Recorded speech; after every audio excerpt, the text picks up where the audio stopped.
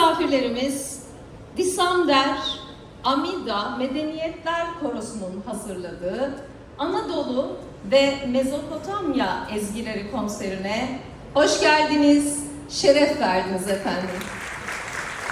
Size can verecek kıymetli sazendelerimizi huzurlarınıza davet ediyorum.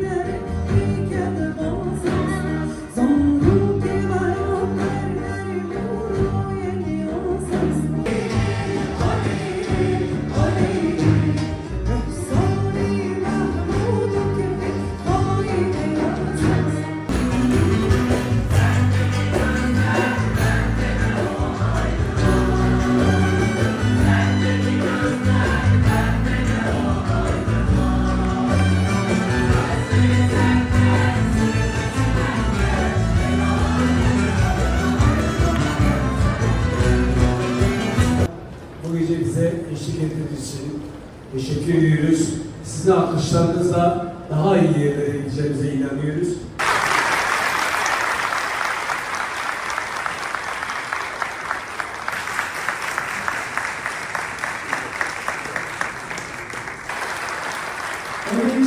Turizm Haftası etkinlikleri kapsamında İslamlerle birlikte yapmış olduğumuz güzel gecede başta orkestra şefimize, orkestraya ve solistlerimize ayrıca emek sarf eden tüm mesai arkadaşlarıma teşekkür ediyorum. Diyarbakır'ımız bir açık hava müzesi.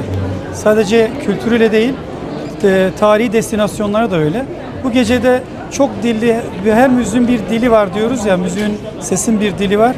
O dili bu gece bu salonu dolduran insanlara göstermeye çalıştık. Demek ki insanlarımız da müziğin çok yönlü, çok dilli olduğunu bilerek bu ezgilerin peşinde buraya geldi. Bu anlamda da bu gecede bizi yalnız bırakmayan değerli konuklarımıza da teşekkür ediyoruz. Diyarbakır çok yönlü, çok kültürlü, çok medeniyete ev sahipmiş, kadim bir toprak. Biz de bu etkinliklerle icra ederek Diyarbakır'ı daha fazla tanıtıp daha çok turizme misafir almaya çalışacağız. 7 dilde konser verdik. Halkımıza teşekkür ediyoruz. Gerçekten alkışlarıyla bizleri daha yücelttiler. Böyle günlerin bu Diyarbakır'da ve çevremizdeki illerde gelişmesi, artırılması için elimizden geleni yapıyoruz. Çok güzel bir geceydi öncelikle. Çok mutlu olduk. Herkes burada görmek bizi daha da mutlu etti. Güzel bir konserdi bizim için. Biraz heyecanlı tabii. 5-6 ayımızı aldı hazırlanmak. Öyle diyelim, hep beraber büyük bir emek sarf ettik hazırlanmak için. Çok güzel bir konserdi. Hepimiz mutluyuz. İnşallah bizi dinlemek gelenler mutlu olmuşlardır inşallah. Çok güzel geçti konserimiz. Her konserde ayrı bir heyecan yaşıyoruz. Müzik hayattır diyorum her zaman. Hayatımızın her alanında müzikle bir aradayız. Bizi seven herkese de geldikleri için çok teşekkürler ediyoruz. Ayaklarına sağlık. Bütün konserlerimize sevenlerimizi bekliyoruz. Türkçe, Kürtçe, Zazaca, Ermenice, Arapça, Farsça eserlerimizin olduğu toplam 14 eserden oluşan bir repertuar hazırladık. Burada amacımız bütün Türkiye'de yaşayan veya bölgemizde yaşayan halkların bir arada barış içerisinde yaşayabileceğini, kültürlerin bu şekilde devam edebileceğini, yaşatılması gerektiğini ortaya koymaya çalıştık. Konser çok güzeldi. Herkes ayrı ayrı güzel enerjilerini bize de verdi. Herkese çok teşekkür ederiz bu gece için. Yani farklı kültürler, farklı dillerde eminim hani kulağa ahenkleri de çok güzel gelecektir. Herkese iyi dinlemeler. Eminim çok güzel bir konser olacak. Çok emekler var. İçinde arkadaşımız da çalışıyor. Dinlemeye geldik. Herkese iyi eğlenceler.